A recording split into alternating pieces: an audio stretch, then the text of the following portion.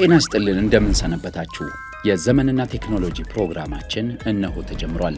በዛሬው ፕሮግራማችን ሁለት ርዕሰ ጉዳዮችን እናነሳለን። በዲጂታሉ ዓለም ዳታ ሴንተርን ሳይነካ የሚሄድ ሰርቪስ ምንም ነገር አይኖርም። የኢትዮ ቴሌኮም የዳታ ሴንተሮች እንዴት ያሉ ናቸው? የሚሰጡት አገልግሎት ምንድን ነው?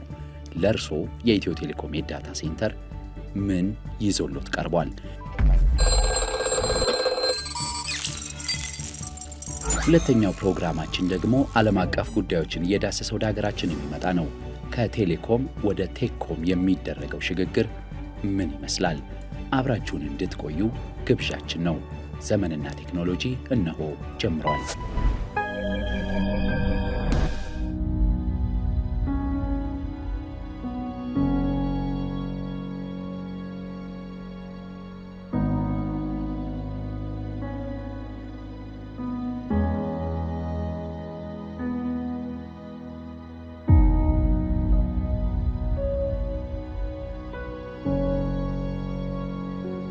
ዘሪሁን ተስፋዬ እባላለሁ።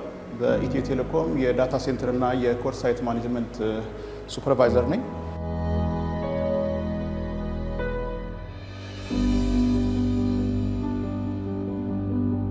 ዳታ ሴንተር የምንለው ነገር የአይቲ ኢኩዊፕመንቶችና ዳታዎችን የአይቲ ኢኩዊፕመንት የምንላቸው ሰርቨሮች፣ ኔትወርክ ዲቫይሶች እና ስቶሬጆች እንዲሁም ዳታዎችን በአንድ ቦታ ላይ ሰብስቦ ለመያዝ እና እነዚህን ለማስተዳደር ስቶር ማኔጅ እና ትራንስሚት ለማድረግ ነው።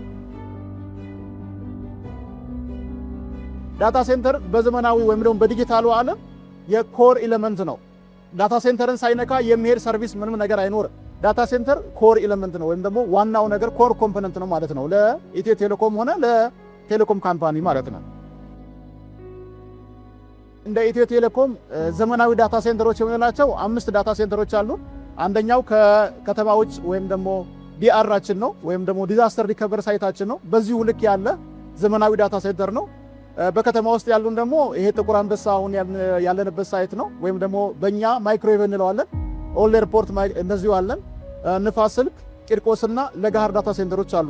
ስለዚህ በእነዚህ ዳታ ሴንተሮች ላይ ኢትዮ ቴሌኮም የራሱን ሰርቪስ ከሌሎች የኮሎኬሽን ከስተመሮችንም አንድ ላይ ሆስት የምናደርግበት ወይም ደግሞ ሰርቪስ የምንሰጥበት ነው ማለት ነው። የኢትዮ ቴሌኮም ዳታ ሴንተሮች በአጠቃላይ ሰርቲፋይድ የሆኑ ነው። አፕታይም ኢንስቲትዩት በቴር 3 ሌቭል ሰርቲፋይ ያደረጋቸው ናቸው። ስለዚህ ኢትዮ ቴሌኮም የራሱን ሰርቪስ የከስተመሮችን ሰርቪስ አገልግሎት ይሰጥበታል ማለት ነው። ኢትዮ ቴሌኮም ለዳታ ሴንተር ደንበኞቻችን በተለያየ አማራጮች ያቀረባቸው ሰርቪሶች አሉ።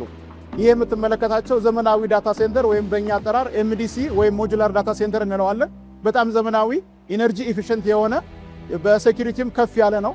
ስለዚህ ትልልቅ ካምፓኒዎች ይሄንን መከራየት ወይም በራክ ሌቭል ወይም ደግሞ አይቲ ካቢኔት ሌቭል መከራየትና አገልግሎታቸውን ማስቀመጥ ይችላሉ። ሰርቨሮቻቸውን፣ ስዊቾቻቸውን መጠቀም ይችላሉ። በትራዲሽናል ዳታ ሴንተሮቻችን ደግሞ እናስተናግዳለን። በዘመናዊው ግን ትልልቅ ካምፓኒዎች ናቸው የሚስተናገዱት። ከፍ ያለ ሴኩሪቲ ከፍ ያለ ሴፍቲ ያለው ስለዚህ አስተማማኝ ዳታ ሴንተር ነው ማለት ነው። ይሄኛው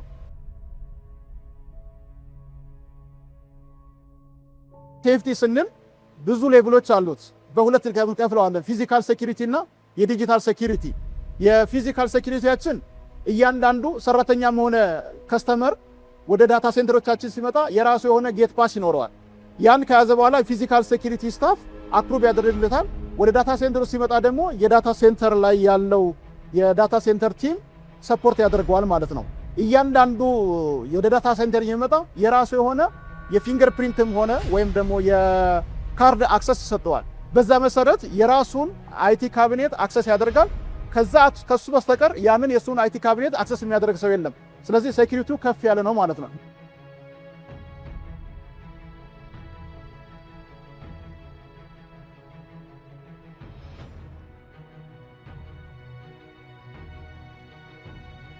ይሄ የምትመለከቷቸው የ3000 ኬቪኤ ትራንስፎርመሮች ናቸው። 2 ትራንስፎርመር ነው ያለን። ትራንስፎርመሮቻችን ከተለያየ ሰብስቴሽን ከኢዩ ከተለያየ ሰብስቴሽን የምናገኛቸው 2 ትራንስፎርመሮች ናቸው ማለት ነው። 3000 ኬቪኤ 3000 ኬቪኤ በጣም ትልቅ ሂውጅ ወይም ደግሞ 3 ሜግ ማለት ነው። ትልቅ አንድ አነስተኛ ከተማ ማንቀሳቀስ የሚችል ማለት ነው እያንዳንዱ። ስለዚህ ኢንኬዝ አንደኛው መስመር ቢጠፋ ያኛው አውቶማቲካሊ ይገባለታል። አሁን እዚህ ጋር የምንመለከታቸው የዳታ ሴንተሮቹን ከሁሉም አቅጣጫ 24/7 ሪከርድ የሚደረጉ ወይም ደግሞ በሲሲቲቪ ካሜራዎች ሰርቪሊያንሶች ናቸው። በስታንዳርዱ መሰረት ለ90 ቀን ሪቴንሽን ወይም ደግሞ ሪከርድ ይዘን መቆየት እንችላለን ማለት ነው። በሴኩሪቲ በኩል ይሄ ያለን። ሌላው ከሴፍቲ አንጻር ደግሞ እዚህ ጋር የምትመለከቷቸው የፋየር ሲስተሞቹን እያንዳንዱ ሴንሰር እሱን ሴንስ አድርጎ አውቶማቲካሊ እያንዳንዱ ቦታ ላይ መልስ ይሰጣል ማለት ነው። የፋየር ሰፕሬሽን ሲስተም አለን FM 200 የሚባል ግሎባሊ በጣም አክሴፕትድ የሆነ ለዳታ ሴንተር ምቹ የሆነ የፋየር ሲስተም አለን ማለት ነው። እዚህ ዳታ ሴንተር ውስጥ ወደ 8 ፖዶች አሉ። እዚህ ከታች በኩል የምትመለከቷቸው የፓወር ሩሞችን ነው። እያንዳንዱ የዩፒኤስ የባትሪ የኤር ኮንዲሽነር ዩፒኤስ ሲስተሞች ጠቅላላ የሚገኙበት ነው።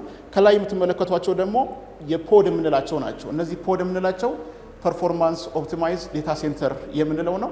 እያንዳንዱ ውስጥ 16 አይቲ ካቢኔቶች፣ የኩሊንግ ሲስተሞች፣ የሴኩሪቲ እና የሴፍቲ ኢኩዊፕመንቶች ሁሉ የተካተቱበት ነው ማለት ነው።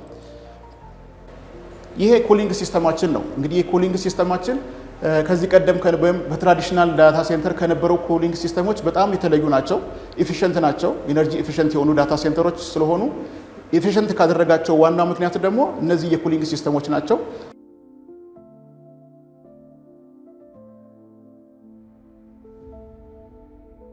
እዚህ ውስጥ የምትመለከቷቸው 6 ፖዶች ናቸው። ከስድስቱ አንደኛው ይሄኛው ፖድ ለክላውድ ዴዲኬት የተደረገ ፖድ ነው። ስለዚህ እዚህ ውስጥ እንደምትመለከቱት ደግሞ ቀዝቃዛ ነው። እንደምትመለከቱት ለማቆም ራሱ ያስቸግራል የተወሰነ ጊዜ በኋላ በጣም ትልቃዜ ስለሚኖረው። ውስጡ ደግሞ ሞቃት ነው። ይሄንን ሁለቱ ሞቃትና ቀዝቃዛው እንዳይቀላቀል ሁለቱ ተቀላቀለ ማለት የኢነርጂ ኢፊሺየንሲያችን ላይ ኢፌክት ስለሚኖረው ኩሊንግ ሲስተሞቻችንም ስራ ስለሚበዛባቸው ሁለቶቹ እንዳይቀላቀሉ ይሄኛው እንደ ሰፓሬተር ነው ማለት ነው። ከዛ ደግሞ ሁለተኛ አገልግሎቱ ደግሞ ሴኩሪቲም ነው። ቅድም እንዳልኳችሁ አንድ ሰው ያን ከፍቶ ከገባ በኋላ እዚህ ውስጥ ገብቼ ስራ ለስራ ካለ እቺ ካርድ ያስፈልገዋል ወይም ደግሞ ፊንገር ፕሪንት ያስፈልገዋል ማለት ነው።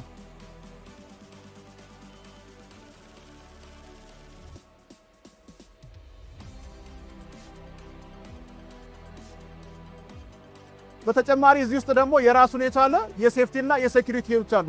ካሜራዎች በግራም በቀኝም አሉ። እንዲሁም ደግሞ የስሞክ ሴንሰሮች ወይም ደግሞ ሴኩሪቲዎች አሉ።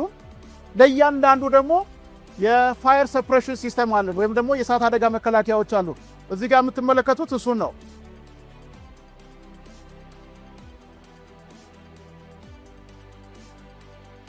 ይሄ ለዳታ ሴንተር ዲዛይን ተደርጎ ግሎባሊ አክሰፕትድ የሆነ የፋየር ሰፕሬሽን ሲስተም ነው ማለት ነው።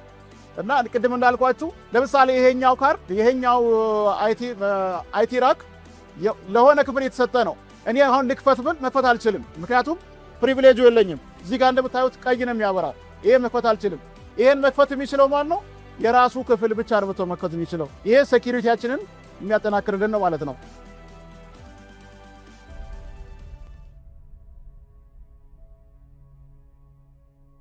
ይህ ደግሞ የዩፒኤስ ሲስተማችን ነው። እያንዳንዱ ዩፒኤስ ሲስተም በሁለት አይነት ዩፒኤስ ሲስተም ነው የምንጠቀመው። አንደኛው ለኩሊንግ ሲስተም ራሱን የቻለ ዩፒኤስ ሲስተም አለን። ምክንያቱም መብራት ጠፍቶ ጀነሬተር እስኪነሱ ድረስ ሩም ውስጥ ያለው ቴምፕሬቸር እንዳይጨምር አውቶማቲካሊ ወይም ደግሞ ኮንቲኒየስሊ ፓወር ይሰጣል ማለት ነው ለዩፒኤሱ።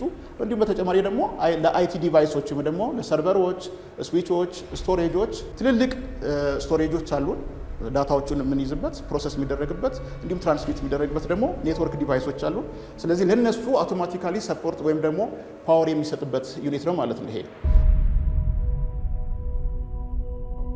ከስተመሮች መጥተው እኛ ጋር ዳታዎቻቸውን ወይ ደግሞ ሰርቨሮቻቸውን ሲያስቀምጡ 100% ሴኩር መሆኑን እርግጠኛ መሆን ይችላሉ። አንደኛ የነሱን ሰርቨር አክሰስ የሚያደርግ ማንም ሰው የለም፣ ራሳቸው ብቻ ናቸው አክሰስ ማድረግ የሚችሉት። ሁለተኛ አስፈላጊ ከሆነ እነሱ የሚፈልጉት ከሆነ ሪሞትሊ የራሳቸውን አይቲ ካቢኔት ወይም ደግሞ ፖድ ሪሞትሊ ሞኒተር ማድረግ ይችላሉ። በዋናነት ግን ኢትዮ ቴሌኮም እነዚህን ነገሮች ሲያቀርብ እነሱ ዋናው ቢዝነሳቸው ላይ እንዲያተኩሩ ስለ ፓወሩ፣ ስለ ኩሊንጉ፣ ስለ ሴፍቲ እና ስለ ሴኩሪቲው ኢትዮ ቴሌኮም ሪስፖንሲቢሊቲውን ወስደው ነው የሚሰራው። ስለዚህ በሶስተኛ ወገን በማናቸውም መልኩ ዳታዎቻቸው ሴፍ ነው። እንደ ዳታ ሴንተር ስናያቸው ሰፊ አገልግሎት እየሰጠን ያለ ነው። በዚህ አጋጣሚ ብዙ ፓርትነሮች አሉ፣ ባንኮች አሉ፣ ኢንሹራንሶች አሉ፣ የግል ካምፓኒዎች አሉ፣ ትልቅ ካምፓኒዎች አሉ። በዛ ላይ መጥተው እቃዎቻቸው ወይም ደግሞ ሰርቨሮች የአይቲ ኢኩዊፕመንቶቻቸውን ያስቀምጣሉ። ይሄንን አገልግሎት የተጠቀሙ ነው ያሉት። በሁለት መልኩ ነው ይሄንን አገልግሎት የሚሰጠው። አንደኛው የኮሎኬሽን ከስተመር ብለን የራሳቸውን ሰርቨር ወይም ስዊች ይዘው መጥተው የሚያስገቡ አሉ። አሊያም ደግሞ በክላውድ ማኔጅመንት በኩል ደግሞ የክላውድ ሰርቪስን እንሰጣለን ማለት ነው። በራሳችን ሰርቨሮች የክላውድ ሰርቪስ የተለያዩ አፕሊኬሽኖች መስጠት እንችላለን ማለት ነው። ስንጠቀም የነበረው በራሳችን ቢልዲንግ ስር የተገነባ ቴርቱ የነበረ ዳታ ሴንተር ነበረን። ብዙ ተግዳሮቶች ነበሩ።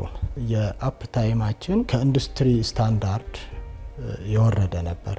ያ ማለት ወደ 95% ነበር አፕ ታይማችን። ኢትዮ ቴሌኮም ጋር ከገባም በኋላ የሲስተም አፕ ታይማችንን ወደ 99.99 ማምጣት ችለናል ማለት ነው። ከኢትዮ ቴሌኮም ጋር ባለን ኤንጌጅመንት አንድ ፖድ ወይም ደግሞ ፐርፎርማንስ ኦፕቲማይዝ ዳታ ሴንተር የምንለው ማለት ነው ሙሉን ስንወስድ ያንን ሙሉ ሴኩሪቲ እኛ ጋር ነው ያለው። ባለው አሁን የሴኩሪቲ ደረጃ በኢትዮ ቴሌኮም ኢቭን የኛ ስታፎች ራሳቸው አንድ ሰው የሚፈልገውን ራክን ብቻ እንዲከፍት እንዲዘጋ ወይም እዛ ላይ ያለውን አክሰስ እንዲያደርግ ፊዚካሊ ማስደረግ የምንችልበትም የሴኩሪቲ ዲፕሎይመንቶች አሉ። ስለዚህ እንደ ኢትዮ ቴሌኮም እንደ ኃላፊነቱ የፊዚካል ሴኩሪቲ ላይ ያለው ጥሩ ደረጃ ነው ብለን እንገመግማለን። ኢትዮ ቴሌኮም አሁን ባለው እኛ እየተጠቀምንበት ባለው ስታንዳርድ ላይ ሪሌብል የሆነ ኮሊንግ ሲስተም አለው፣ ሪሌብል የሆነ ፓወር ሲስተም አለው። ከምንም በላይ ደግሞ ሃይ አቬሌብል የሆነ የኔትወርክ ኮኔክቲቪቲ አለው። በኢንዲቪጁዋል ወይም ደግሞ በግለሰብ ደረጃ ሰርቪሱን ማግኘት ሊከብድ ይችላል። እኛ ለድርጅቶች ይህን ሰርቪስ እናቀርብ ዋጋችን በጣም ዝቅተኛ በሆነ መልኩ ነው የምናቀርበው። ለምን? ከነሱ ጀርባ ደግሞ ሌሎች ተጠቃሚዎች ስለሚኖሩ ያንን ለማበረታታት ኢትዮ ቴሌኮም በጣም በዝቅተኛ ደረጃ የራሱን ሰርቪስ ስለሚጠቀምበት ዝቅተኛ በሆነ ደረጃ ነው ይህን ሰርቪስ እየሰጠ ነው። ይህንን ያሰብንበት ዋናው ዓላማ ለምንድን ነው? እሱ ስታርታፖች አሉ፣ የግል ተቋማቶች አሉ፣ ይህንን አፎርድ ማድረግ የማይችሉ ስለዚህ ከነዛ ደግሞ ከከስተመሮች ከዛ መውሰድ ይችላሉ ማለት ነው። ከሌሎች ዳታ ሴንተር ፕሮቫይደሮች የኢትዮ ቴሌኮምን የሚለየው ምንድነው? እሱ አምስቱም ዳታ ሴንተሮቻችን እርስ በርሳቸው በኦፕቲካል ፋይበር የተገናኙ ናቸው። ስለዚህ አንደኛው መስመር በሆነ አጋጣሚ ቢቆረጥ ሰርቪሳችን በምንም መልኩ አይቋረጥም ማለት ነው። እንደዚሁም ደግሞ ከኢትዮጵያ የምንወጣባቸው መስመሮች ራሱ ወደ 3-4 መስመሮች ስላሉ በአንደኛው በኩል የሆነ ችግር ቢገጥም በሌላኛው በኩል ሰርቪስ እንሰጥበታለን ማለት ነው።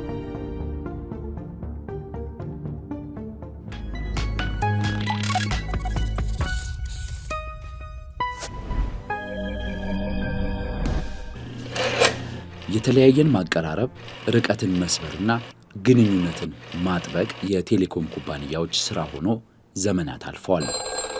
የቴሌኮም ኩባንያዎች የገመድ ስልክን በማስተዋወቅ ከ100 ዓመታት በላይ የተራራቀን አገናኝተዋል፣ መልእክት አለዋውጠዋል።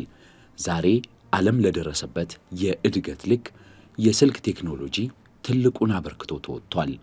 የገመድ ስልክ ቴክኖሎጂ የገመድ አልባ ሞባይል እድገትን ተከትሎ እጅግ በጣም ዘምኗል።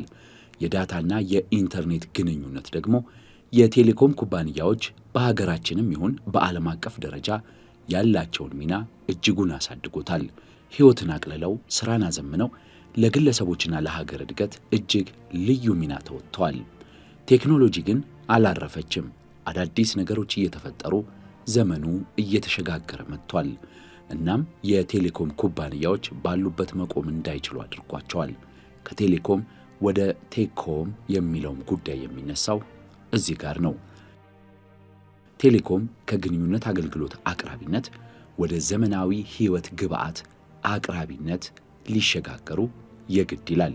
ቴሌኮምን ወደ ቴክኮም የሚገፉ በርካታ ምክንያቶች አሉ። የቴሌኮም ስራው ወጪ መናርና የገቢ እድገቱ እጅግ ዘገምተኛ መሆን ቀዳሚው ነው። የ5G የፋይበር መስመሮች፣ የኔትወርክ አስተዳደርና ጥገናን የመሳሰሉ ወጪዎች እጅግ ከፍተኛና በየዕለቱ የሚዘምኑ በመሆናቸው ወጪያቸው የማይቋረጥ ነው። ወጪያቸው ነሯል። የኩባንያዎቹ ገቢ ደግሞ አንድ ቦታ ተቸንክሯል። እናም የገቢ ችግር ቁልፉ ጉዳይ ነው።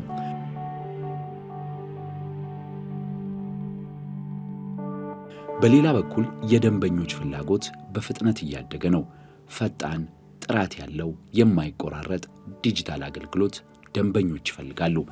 ግንኙነት ብቻ ሳይሆን ግንኙነቱ የሚፈጥራቸውን ዘመናዊና ምቹ ሕይወት ደንበኛው ይሻል።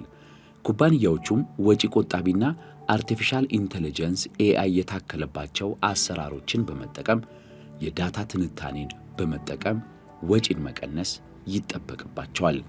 እናም እነዚህ ቁልፍ ጉዳዮች የኩባንያዎችን ሽግግር የግድ ይላሉ። አሁን ዳታ ኃይልም እድልም ነው። እናም የቴሌኮም ወደ ቴክኮም እያደገ የቴክኖሎጂና የዲጂታል መፍትሄ አቅራቢ መልክ እየመጣ መጓዝ የግድ ነው። የዳታ ክምችትና ትንተና ሁሉንም ነገሮች ማቅለልና መምራት ይቻለዋል። የክላውድ አገልግሎት ወይንም ሰፊ የዳታ ማዕከላት ባለቤት መሆንም እጅግ በጣም ወሳኝ ነው። ግንኙነቱን ማቅለልና ማቅረብ ብቻ ሳይሆን የግንኙነቱ መዘመን የሚፈጥረውን ዘመናዊ የህይወት አቅምና እድል መጠቀም በጣም ወሳኝ ነው። አሁን ደግሞ አርቲፊሻል ኢንተለጀንስ AI የደረሰበት ደረጃ የብዙዎች መነጋገሪያ ነው። ይህ አሁን በታላላቆቹ የቴሌኮም ኩባንያዎች እየታየ ነው። አብረው ያልተጓዙት ደግሞ እየወደቁ እየተንኮታኮቱ ነው። አሁን በዓለም አቀፍ ደረጃ የቴሌኮም ኩባንያዎች ከግንኙነት አልፈው የፋይናንስ፣ የመዝናኛ፣ የኢንተርፕራይዝ ዲጂታል መፍትሄዎችን በስፋት አቅርበዋል። ጉዳዩን በዝርዝር ለማየት በሀገራችን ያለውን የኢትዮ ቴሌኮም የሽግግር ሂደት በመተንተን ወደ ቴክኮም ያለውን የሽግግር ሂደት በዝርዝር እንመልከተው። ኢትዮ ቴሌኮም ከግንኙነት ኦፕሬተርነት ወደ ዲጂታል መፍትሄ አቅራቢነት በይፋ እየተሸጋገረ መሆኑን በስትራቴጂክ እቅዶቹ በግልጽ አስቀምጧል። የግንኙነት ድልድያችን ኢትዮ ቴሌኮም አሁን ባንካችንን በእጃችን እንድንይዝ የፋይናንስ መፍትሄ ይዞ መጥቷል፣ ቴሌብርን። ይህ የዲጂታል ፋይናንስ የህይወት የሥራና የስኬት ቁልፋችንን እንድንቆጣጠር ያስቻለ ነው። ቴሌብር ያስተዋወቀን ሱፐር አፕ ደግሞ ሙሉ በኩሌ ሆኖ የተሟላ የፋይናንስ ኢኮሲስተም እየፈጠረ ነው። ገንዘብ እንደ ልብ ማንቀሳቀስ፣ መበደር፣ መቆጠብ፣ መላላክ፣ ለማንኛውም አገልግሎትና ግዢ መክፈል፣ መሸጥ፣ ኢኮመርስ፣ ሁሉም በቴሌብር ሱፐር አፕ ተሟልቷል።